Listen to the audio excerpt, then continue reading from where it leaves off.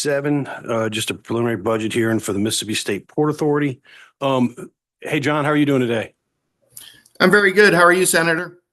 Good. Good to see you. Y'all staying warm down there? We are. It's warmed up a little bit this afternoon, but we're going to go right back down to it. So it's still going to be pretty icy out there on the terminal. But we're working the problem. I have 2 vessels in. Couldn't do operations on either one today. It was just too dangerous. So tomorrow we'll be unloading them. Good deal. We had a couple members of our committee who are fairly new, John. I think maybe the best way to start off is just a couple introductions and then give us like a 50,000, 30,000 foot view of the Mississippi State Port Authority at Gulfport, and then we can get into your budget request. Excellent. Well, thank you for this opportunity, Senator, and thank you for your flexibility today. It just was necessary that we be down here working through the weather issue. My name is John Nass. I'm the Executive Director of the Mississippi State Port Authority. Our primary asset is the port in Gulfport. What we have is a diverse facility. It's diverse in our revenue streams, and it's diverse in our freight. We're involved in a lot of different occupations, and I look forward to detailing them to you. The good news, Senators, is I'm not coming to ask for any money. That's because we're an enterprise agency. So that means we raise all our own operating expenses, and we do not get any general appropriation from the state of Mississippi. We do sometimes receive discretionary funds related to capital projects, and we have a couple really good projects that we really appreciate the state's support on those. So in general, as I mentioned, we are an enterprise agency. Recently, we did an economic impact study, and that economic impact study noted that we have a $3.8 billion annual impact to the region. And the way we do that, and also it noted 3,600 direct jobs and 5,300 indirect jobs. And the way we do that, the way we have that economic impact is through our many partners. Those range from Dole Fruit, who have been calling at the port for 60 years, tell us that we're the most efficient port in their network, to the military, to Chemours, Crowley, Chiquita.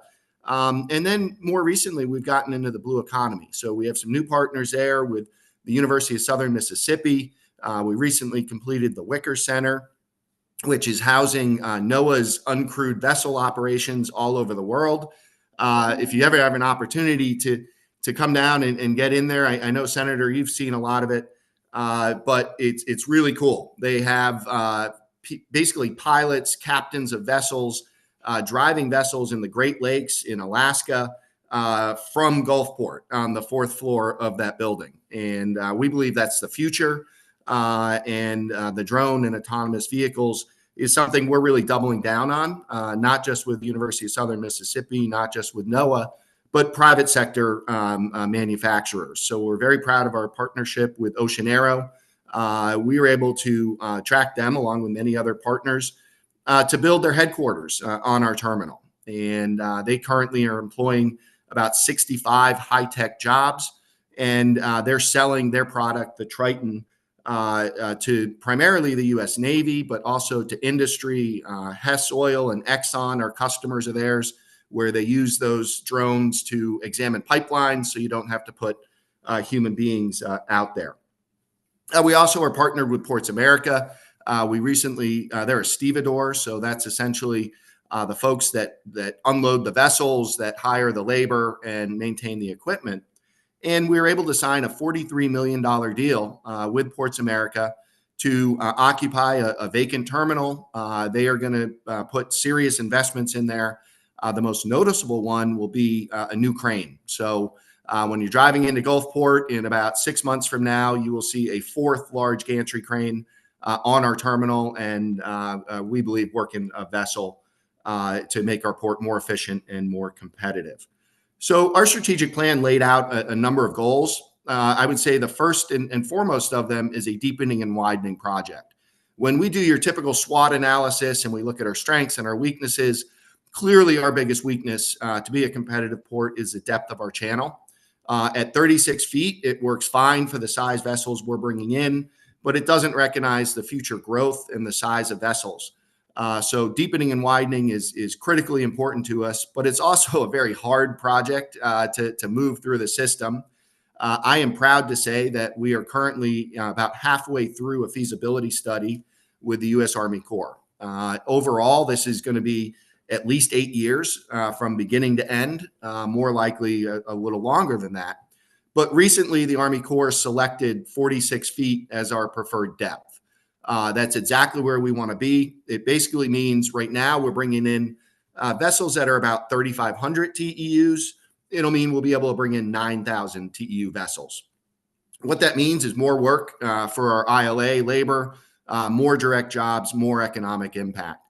I would note one of our partners is labor, and pursuant to a master contract, those jobs are paying $30 an hour for essentially heavy equipment operation. To get a job at the terminal is not just a life-changing event, it's a generational changing event.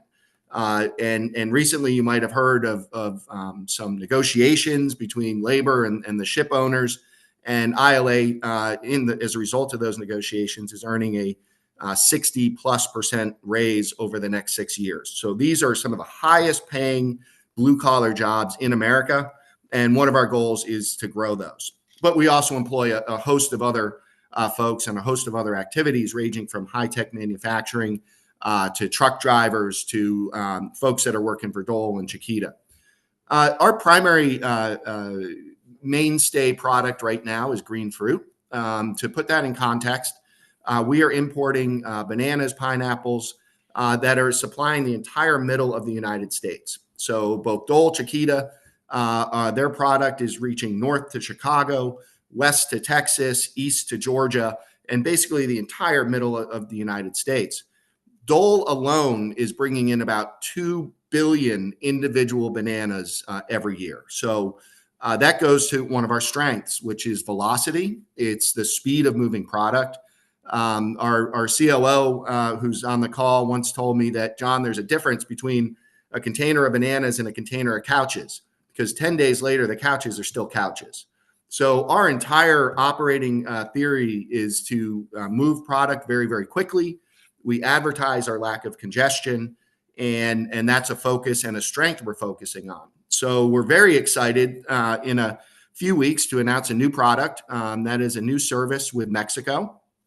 It will be a short sea sail to Tuxpan, and what that will provide is extremely quick movement of cargo from the U.S. to Mexico and from Mexico to the U.S. And that will significantly increase the hours for labor, significantly increase opportunities for Mississippi product to access markets like Mexico. But moreover, we are combining that with a new service with the Canadian National Railroad. And what that'll offer is a speed train directly from Gulfport to Chicago. We've done 2 test runs of that train, and it does it in about 22 hours. With tired truck driver rules, you can't do that by a truck. And the overall product we're offering is being able to get from Tuxpan, Mexico to Chicago in 96 hours. Try crossing the southern border in a truck and be able to move at that velocity, given all the congestion at the border, given all the problems in trucking overland in Mexico. So that's a new product we're working on. We're also working on new bulk operations. We're focused on our refrigerated cargo, which is a strategic advantage that we enjoy, given all the refrigerated containers that are already coming into our port. Our goal is to make sure they're all leaving with higher value frozen product. So currently, many of them leave empty. Currently, a lot of them leave with other products, which are great, cotton and paper. But you're going to get more value if you're using that capital asset, those refrigerated containers, for the purpose they're designed for, which is frozen product. And we're really focused on Mississippi chicken. It pains us that a lot of chicken is leaving Mississippi through New Orleans, and it's leaving through Mobile. And what we hope to offer by moving more of that product through Mississippi is more efficiency for Mississippi farmers. There are reduced costs. There's a reduced trucking distance to our port or versus those other ports. There's reduce congestion operating through our port. And there's also things like overweight permits where you have to individually purchase them for other states if you're entering them. So that is one of our major focuses. And generally, as an organization, we're shifting from an organization that focused on restoration, of rebuilding after Hurricane Katrina, spending federal dollars to build what is now a beautiful new asset. But what we're doing is shifting to an organization that goes out there and sells it. I'm a firm believer that if you want new business, you got to go out and earn it. And that's what we're doing on a regular basis. We have a new business development team. We're redoing some of our marketing. I'm on the road a lot because you really need to knock on doors and you got to go earn that business. So, for example, next week I will be at the biggest chicken show in the world in Atlanta. And there is a lot of potential business there. All the carriers will be there that move frozen product. Carriers like frozen product because it demands a higher price. So that's just one example. And we're on the road really focused on getting the word out. I mean, the strangest thing is when I go out there and talk about Gulfport, Mississippi, how many folks haven't heard of us as a port? They haven't heard of our modern infrastructure. They haven't heard of our lack of congestion. And I believe, and we're proving it by getting out there, selling the product in a smart way, in a data-driven way, that we will be successful. So other things we're working on, sir, we have some technology upgrades. We're working on a lot of maintenance on the facility. We have about a $5 to $6 million project on our biggest warehouse, which is 200,000 square feet. We're redoing fire suppression systems. We're redoing the roof. We're redoing the walls. As we speak now, we have lumber in there, and we believe we can be moving a lot more break bulk through that facility.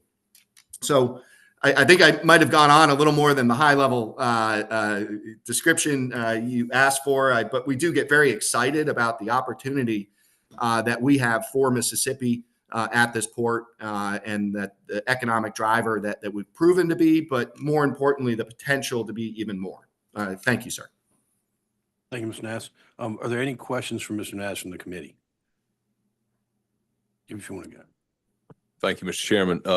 Mr. Nass, the port, I'm familiar with the port, having lived in Gulfport in a previous life, but it seems that to get it to the deep water that you need to bring in the bigger tankers, you're going to have to dredge. And my question is, how often will you have to dredge? Because I'm sure it's going to fill back up periodically. How often will that occur?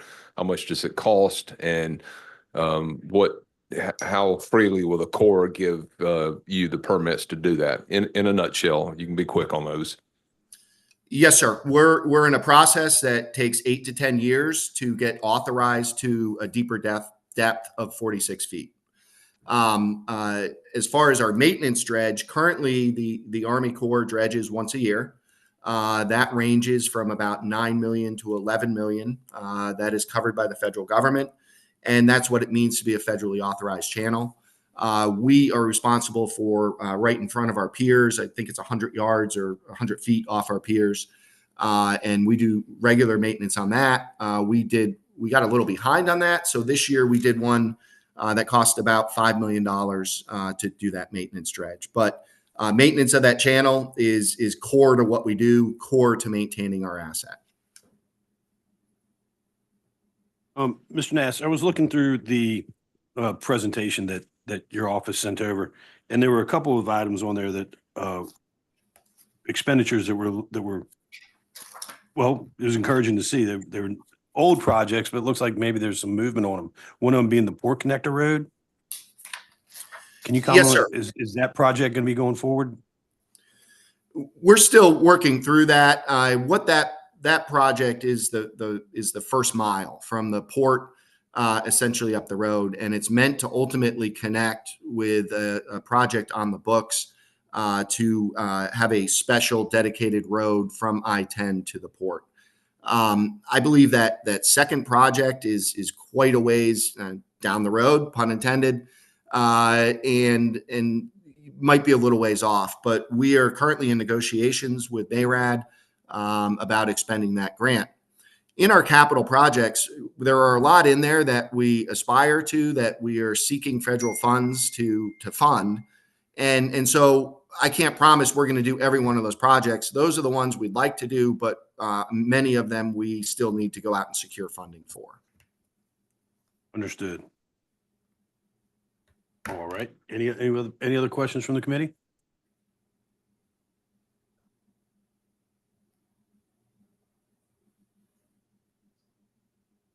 Oh, looking at the summary here, your salaries for fiscal year 24, your actuals was 3.7 million. In 2026, you're going up to 5.3 million, and LBR is recommended a little bit more than 5 million. Can you tell the committee what that additional salary increase is for? Mm-hmm. Yes, sir. The numbers in 24 are a little skewed in that we had several high-level folks retire. We had about, I think it was 32% of our workforce eligible for retirement. And so with them leaving, that lowered that a bit. We're also anticipating potential increases in those added costs. There might be an increase on PERS. We know insurance costs are going up, our portion of it, and that's anticipating that. It's also anticipating some employees filling some new slots, primarily focused on marketing, focusing on business development. Thank you. And similarly, looking at 2024, your other than equipment expenditures were right at $11 million. And in your 2026 request, it's nearly $60 million. Mm-hmm. Is that for a particular project? It's for a slate of projects, sir. And many of those are dependent on receiving grants to fund them. So we're anticipating matching requirements on our part. For example, we applied for $120 million worth of federal grants last year. And that's really anticipation. So, I mean, the fact that the LBO budget process, really, we're trying to anticipate what's going to happen 2 years from now. And so what we've done is look at our CIP, our capital investment plan, and what are the projects, if funded, what would we have to expend? And that's what that number represents. We don't want to leave anything on the table by underestimating here in those projects. Will we spend $59 million on capital projects 2 years from now? I sure hope so, but I wouldn't bet the farm on it. It is likely to be something south on that. And we're taking risks. We're really going after opportunities, and I think that's what that number reflects. Understood. Thank you. Are there any other questions from the committee? No. Well, I appreciate your time, Mr. Nass. Thank you so much. Thank you, sir. We'll go on to the next one. Appreciate it. Thank you all for your time. Thank you all.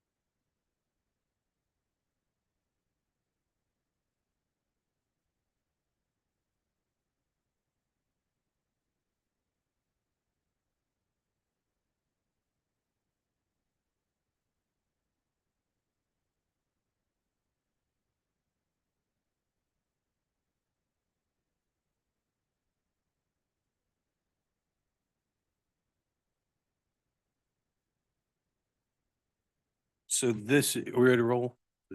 Are we still rolling? Okay.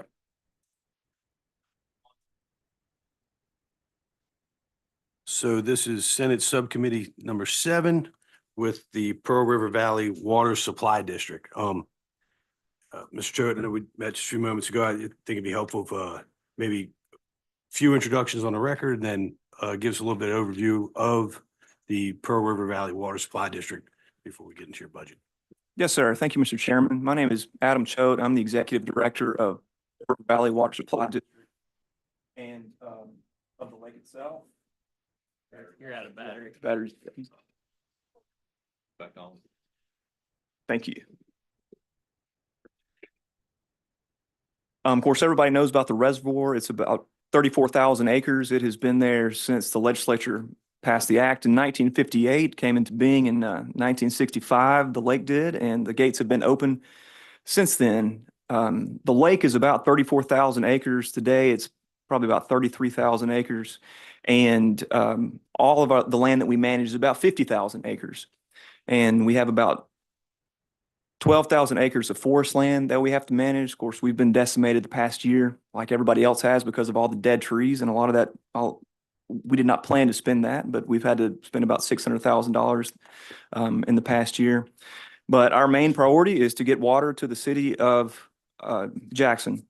And we have about, there's probably about 25,000 people that live in Madison and Rankin County. We have about 6,100 leases. That's mostly how we make money. It is all state land. Nobody has a fee simple. And the homes that they have on the water there, they have a leasehold fee. And that's the plurality of the way we make money. So we have leases, then we have 5 campgrounds, and we make a substantial amount from campgrounds. And then the people who live on the water, we sell them water from aquifers, so they get waters from well, and they pay for sewer service as well. Can I get the income sheet? This Kelsey Powell, she helps me here at the legislature, and she's a staff attorney, and Kenny Wyndham is our board president. We have a 14-member board, and they're appointed by either the Board of Supervisors, the governor, or a state agency. And unlike a Board of Supervisors, they're not elected. They serve at the will and pleasure of whoever appoints them, and I serve at their will and pleasure. And I'm happy to talk more about what we do. Those are our income sources. We're a special fund. And the past couple of years, we've gotten money for dredging because the lake has never really been dredged. It's only 10 feet deep across the board, and it's caused a lot of problems. It's gotten really shallow in areas. We're afraid that if it were to continue, it would affect the way that we give water to, how we send water to Jackson. So we really appreciate what the legislature has done as far as helping us dredge.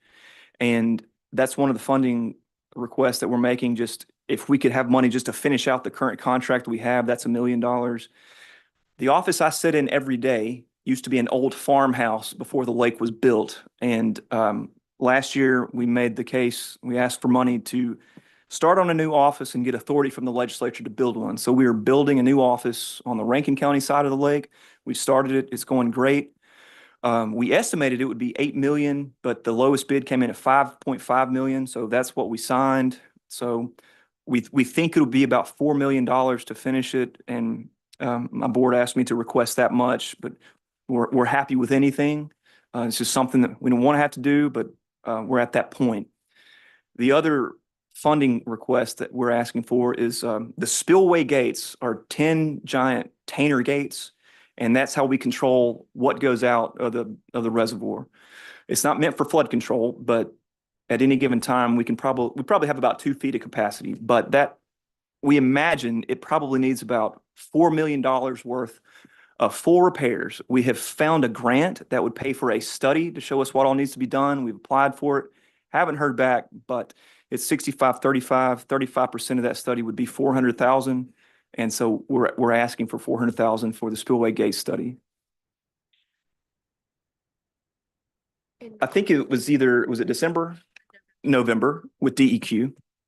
And who does that go? Do they go into the feds for something? Some portion of that? They do. I asked the question, who would actually be the awardee? I think it would be us. The money starts at the federal level. I'm not exactly sure where, but I do think it's considered DEQ money. So if we win it, it would be DEQ money. I think we would be the awardee.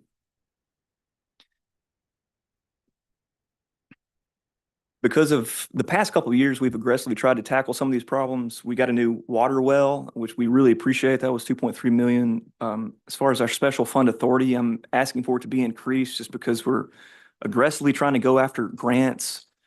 We've got a grant from the Department of Wildlife to build a new boat ramp by Shaggy's. And so things like that. And so we're asking for our special fund authority to be increased to 30 million because we've been getting very close just because of the extra money we've been getting. And I did want to make a request for our personal services allotment to be 6.8 million. I would like to be able to give it on average at least a 3% raise to employees. We have 93 employees as of today. And if we could do that, I'd really appreciate it. Notice that in your request, in your summary there, the 18 vacant pins, you want to keep those? I do want to keep those, and we are aggressively trying to fill them. Last year, the legislature cut 7, so we are working with fewer. I would like to keep them, and if it turns out, if we find a different way of doing things, or I spoke to Chris about this. If it looks like we can get rid of some, I will report back on that. But at this time, it's the same problem everybody else has, trying to get salaries up because a lot of our employees are at our maintenance shop, which is across Spillway Road from Shaggy's, and average salary is around 26,000, 27,000. And so it's just a constant turnover. Is that the bulk of the 18 vacant? Are those the maintenance guys? Maintenance shop, yes, sir. I believe that is the bulk of it. And I can bring a list of that, email it to you, or next time we see you. Yeah, either way.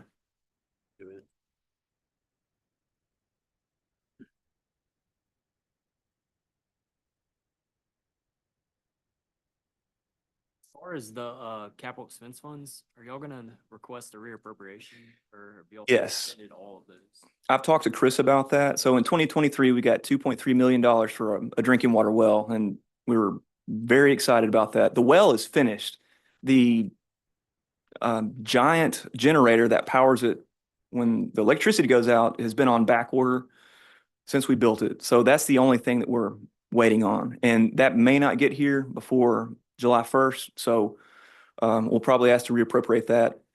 And the dredging money, this time of year, everything kind of slowed down, and we did not get that money until mid-November. So we probably will not spend that before June 30th. We might, it just depends on if they can start dredging. I've learned a lot about this. Mr. Wyndham and Mr. Tedrick Ratcliffe, he's on our board too. It is a long, strenuous, painful process. And if it can go wrong, it will go wrong. But I do hope to have that money spent by July 1st, but we may not. Some of those things are out of your control. Right. We found a lot of Christmas trees in the lake and stump fields. So that slows things down. Looking at your budget request for 26, there was an increase over 2025. Yeah, in 2024, you had 7.5 million on other than equipment. You got in 2026, you've requested 11,400,000. Is that the reappropriation? That's the building. That's mostly the building. Okay, that makes sense. All right. Are there any questions from the committee? Happy to answer any. And in the future, if anybody wants to come out and take a tour, Senator Barry, if you ever want me to turn the river off, I'm happy to do that. Any further comment? I will say that it's a long river. There are a lot of people downstream. We do consider everybody downstream. We try not, when there's a big flood event and the water has to come out. It's not like the other lakes in the state. We don't have, Sardis might have 40 feet of capacity. We may have 2, but we try not to lower it more than 2 feet in a day to prevent sloughing. So I hope you can pass that along. And this is something else I've looked at. 60% of the water around the Monticello region did not come from us. I think that's the stat I looked at.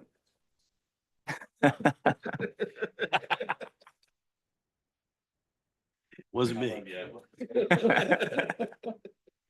Well, thank you so much for taking time out of your day and explain and going over this with us, and look forward to working with you. Yes, as sir. We get through the appropriation process. Absolutely. Thank y'all. you. Thank y'all for having us.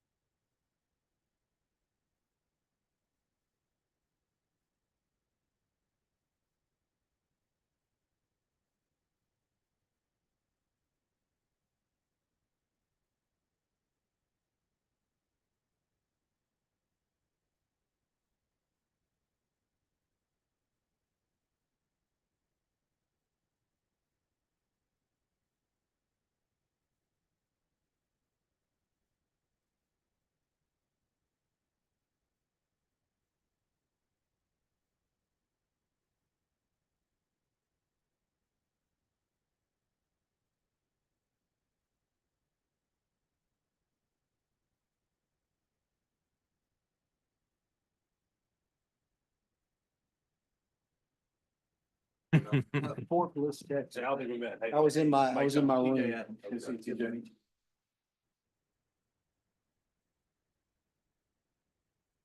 Senator Jackson. Good to see you again, man.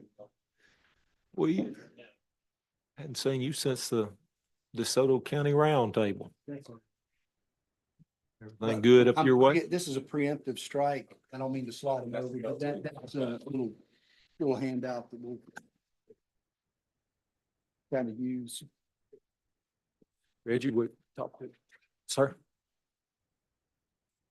I did. I called to make sure you knew that I left you a voicemail. It's self-explanatory. We're gonna be here the 12th for the DeSoto County dinner. Look forward to having you there. All right, y'all ready? This is Senate Appropriations Subcommittee 7, meeting with the Tombigbee River Valley Water Management District. I think it'd be helpful, introduction to the committee, and then gives us a brief overview of the Tombigbee River Valley Water Management District. It's a mouthful, Senator, and I will, and I'm going to turn over and let Drew handle the heavy lifting. I'll do some introductions. My name's Brad Stevens. I'm the president of the district, and as you and I were talking about, there is a long tenured confusion among the state agencies between us and the Ten Tom Authority. Of course, Drew Robertson is our executive director. And then we have with us TJ Adams, who's one of the governor's 3 at-large appointees. And he's from North Mississippi and a senior executive for North Mississippi Medical Center. So he's here on State Board of Nursing business and decided to join us as well as one of our board members. So thank you all for having us. I'm going to let Drew do the heavy lifting here, and I'll fill in where you need me. Yeah, no, thank you. And appreciate your time, and you kick it off with a little humor. Van White told me to tell you that you can't throw any zingers at me. No, but he's a fast friend. We've known each other for a long time. But I did get the little handout. It's a bit gratuitous, but I'll kind of use that as a bit of a mini soliloquy. We're this polka dot stripe purple unicorn up in Northeast Mississippi that as Brad alluded to. We joke, we'll get a phone call in the office asking about our electricity, and we say, no, ma'am, we're not Tombigbee Electric. Or we'll get a call to reserve a cabin, and we say, no, ma'am, we're not Tombigbee State Park. And then, of course, Mitch and 10 Tom Waterway, it's alphabet soup. But best I can figure, not to go into storytelling, but I think that Eastland, Stennis, and Witten were probably smoking cigars in a back room and said, hey, we want to build a waterway. So best I can figure out from the history of this district, we are the platform upon which we sponsored the Corps of Engineers in order to build the waterway. We are not the waterway. Obviously, the Corps of Engineers manages that. However, we are still, the incumbency is on us. If the Corps of Engineers has a need, we fulfill that need. So where we were eminent domain and town hall meetings and the platform upon which the canal was built, our mission now with these 13 counties and with 4 other counties that could have admission but declined, we take the 1983 valuations on 3 mills on ad valorem. That money comes into our coffers, and then we discharge projects for the supervisors. Those projects generally take the form of clearing creeks or canals. We build some small bridges. Your predecessor, Judge Branning, Senator Branning at the time, came out, looked at a few of the bridges. They're not state aid type road bridges, but we'll build smaller county road bridges.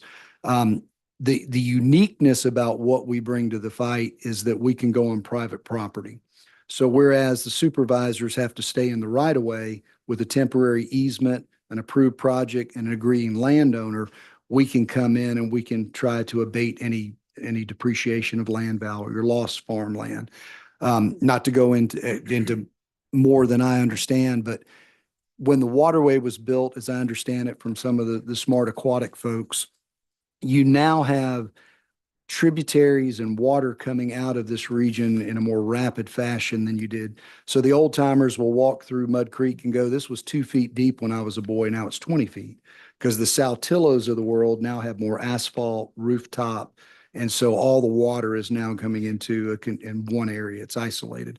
So the value we bring in can be shown also when Governor Reeves dispatched us to Amory and Monroe County. We went in and kept the creeks clear where the taxpayer would never see anything. But if you don't get that log out of the creek, that's going to become an even bigger problem. And then the creek jumps and farmers lose land, et cetera.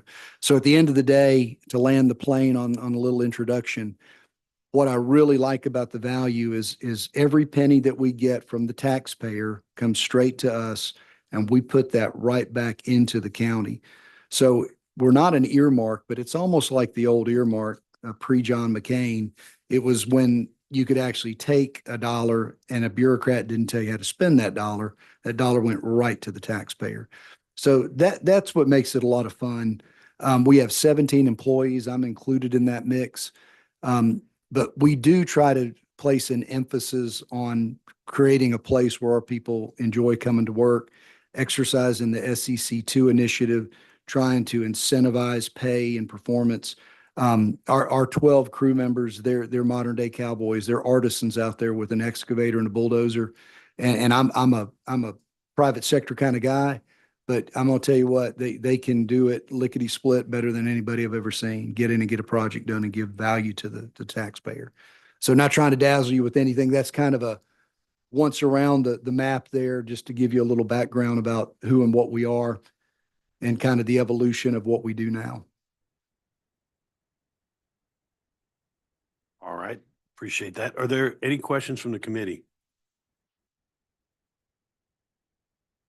Thank you, Mr. Chairman. I've known this guy for 30, how many years, Drew? I'm not that old. Yeah, it's been a minute. I know. You just look a lot older than I do, Yeah, right? that's right. No, I've known Drew for a long time and known Brad for a short time, but two great fellas. And I've met TJ recently, and y'all are in good hands in that organization with these three guys. I know doing that. I am, Mr. Chairman, all seriousness, excited to see. I've looked at a lot of budgets this year, as you know, and I've done a lot of subcommittee hearings. And you guys are requesting $10,000 less than what LBR is. I don't see that. I haven't seen that all year. So kudos to you for doing that. It just feels good to come to a subcommittee meeting and somebody not be requesting a whole lot more money. But anyway, I know y'all do a great job up there and keep it up. Are your counties happy with whatever they're paying in? Their rates are good. Obviously, nobody's balking at it. No, but you may hear a rumbling here or two, but I really don't think there's a lot of political play here. I think that and everything's politics. I don't mean it in that vein, Yeah. but if you think about a supervisor being able to bring an additional, armament to their constituency, we do a tremendous thing. I don't think we're used as political fodder, but calling it like it is. I mean, it's great when a county can say, hey, we're paying into this special agency that can then also help us with things that we don't have the capability to do. So I will pivot to this, and thank you for the question. If you remember the old tetramino fish, you can see through it. We've really, not that anything's been secretive, but we've been really trying with Brad's leadership not to be this aloof, outlier up here in Northeast Mississippi. We're really trying to say, hey, this is who and what we are. And I say that to pivot to this. We carry about, we spend about 2.2 million with operational and salaries and whatnot. We put a value on a project and labor and equipment and hours. We often can discharge it a little bit cheaper than what we estimate it, but we try to put a real value on it. But of course, the county's not paying that because they're already paying into it. But I say that to make this point. We have around 9.5, 10 million that we try to earmark every year. And that is not because we're just trying to hold $8 million. We have about 5 million in a special fund that we draw interest, and we're going to look at CDs if the economy comes back. But we do need to have money if the Corps of Engineers has a need. If we have an event like in North Carolina, is that going to happen? Likely, no. But we're planning worst case scenarios. Additionally, and I've working with Chris and Tina and Wendy, and I appreciate their help in the next year or so. We're going to look at ways that we can have money for salary. We're over 40% of our revenue on salaries, which is higher than most, the industry levels. However, if we want to be able to execute SEC2, I don't have those spending authorities right now. Now, that doesn't mean I'm going to pay everybody the high mark, but I need to be able eventually to have that authority so I can build incentive modeling and using evaluations and whatnot. So why do I go straight to salaries? It's a big component of our budget, but I would tell you it is the most important component. I'm not trying to say love on your people like kumbaya and rainbows, but truly that's our main effort. Because if you focus on your people and your people know that they have a really great place to come to work and they can build a career there, then the work's going to take care of itself. So I don't mean it like it sounds, but I don't care about the creek. We care about the people, the 17 employees, because if we continue to invest in them, they are going to continue to discharge an incredible product and incredible service. And I know that seems a little obvious, but that's why this salary, I've really appreciated Tina working with me over the years and looking forward to working with Chris, really trying to make sure that we can take care of that our revenue models are good for the future, and we can leave this thing intact so it can continue to grow and perform. But we do have a lot of money earmarked in areas that we don't spend every year because we are trying to make sure that we can have those revenues if and when needed. Clear as mud. No, hopefully- I appreciate the yeah. explanation. Absolutely. And, sorry. No, go ahead. Mr. Chairman, I told your colleagues on the other end of the building earlier, I think this is 25 years I've been doing this. And, you know, we don't always, we probably not always told our story real well. But part of I think the uniqueness and beauty of what this agency does is in its uniqueness. There's not another one like it that I'm aware of statewide, is we've always flown under the radar. And to Senator Hobson's question about supervisors, in 25 years, we've had a few that'll, hey, why are we doing this? But I'll tell you, I'll always look to see when they were elected.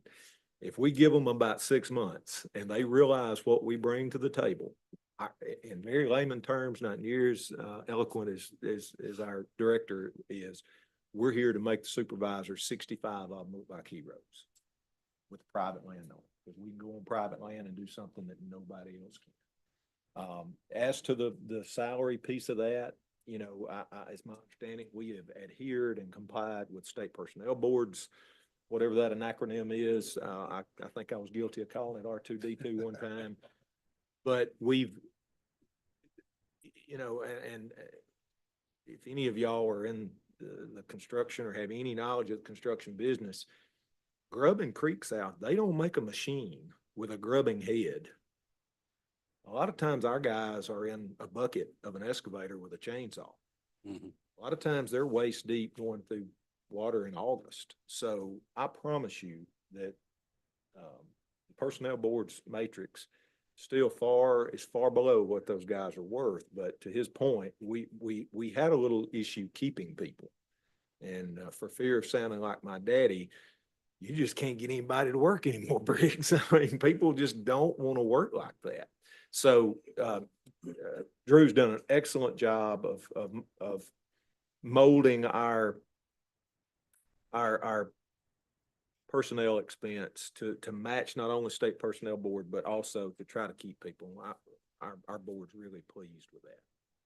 Understood, yeah. So, Thank you. Do you have anything? They're jam up. They do good work. And I'll tell you, they fixed a spot on my place that they had to go on private property.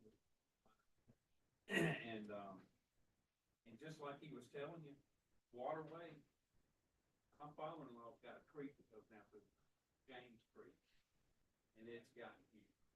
It's getting bigger. You lose one every year. Been trying to tell them a long day. But the supervisors in Lowndes County love Tombigbee. Makes sense. Thank you for that. It's a good organization, and I think Tippecanoe County wishes they would have gotten in a few years earlier. Yeah, they came in a couple years. 2020, I believe they came in. Yeah. Yep. You say that? But yeah, they had, Okay. you know, Tippecanoe County's got an issue with a big lake up there. They do good work. It's a good organization. Thank you. Good deal. Any other questions or comments from the committee? No, to Chairman Hobson's point, I mean, that's one of the reasons why I really don't have any questions for you, because you're under the LBR recommendation. And so makes our job fairly simple. So thank you, gentlemen, for your time. And Well, Chris said I could buy a side by side with the extra money. No. Yeah. Yeah, That was a joke. That was a joke. Yeah, I'm joking. Truly, thank you. Thank y'all. And look,